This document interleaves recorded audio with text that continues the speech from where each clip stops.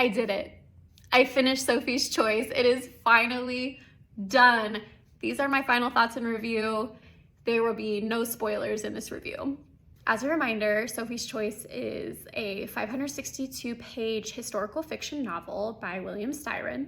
I read it over the course of about 3 days. I got some really good reading and relaxing time on the couch while I was visiting some family. In the last video, I was about halfway through the book and I definitely had some criticisms. Mostly I criticized the pretentious writing style and the main character. So have those thoughts changed now that I'm finished with the book? No, not really. I do have to say, as I got more into the book, the pretentious writing style bothered me less and less. It was still over the top at times, but I was able to ignore it and focus more on the plot. Now, let's talk about the story.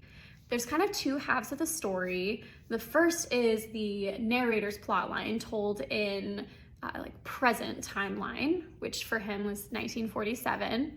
And then he's kind of flashbacking and telling Sophie's story about her time in Auschwitz in 1943, I think. So there's two timelines, two stories. Unfortunately, the plot line that the narrator in the present day, I just couldn't get into it. Basically, he was just reducing every woman in the story down to how attractive they were and how likely it was that he was going to be able to sleep with them. Honestly, Sophie's story was like the only thing that was keeping me reading at some points, which is really tough because her story is being filtered through the lens of this narrator that I just don't like. It was very challenging. Of course, that wasn't all of it. There were some more exciting plot points and a very dramatic ending that happens in the last chapter or two, and especially the last pages. So it wasn't all bad, but still a good majority of it I just could not get behind. If you strip Sophie's story from Sophie's Choice, then all you're left with is just this arrogant dude ranting about women and lack of women and how bad he wants to have sex with them, but they don't want to have sex with him.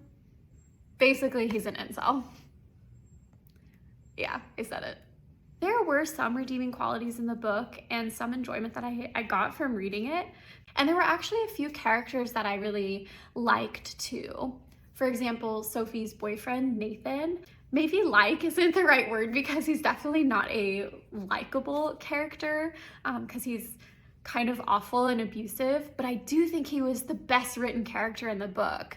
So do I think that this book belongs in the list of best books of all time? No, I don't. For me, the book just didn't capture that devastating, heartbreaking, tragic feeling that it really should have had. I am glad that I read it. I am glad that I have these thoughts and opinions. Overall, I'm just excited to be done, but I'm more excited to read my next book. So in fact, we're gonna do it right now. I have the book bowl ready to go. Let's draw out the next book.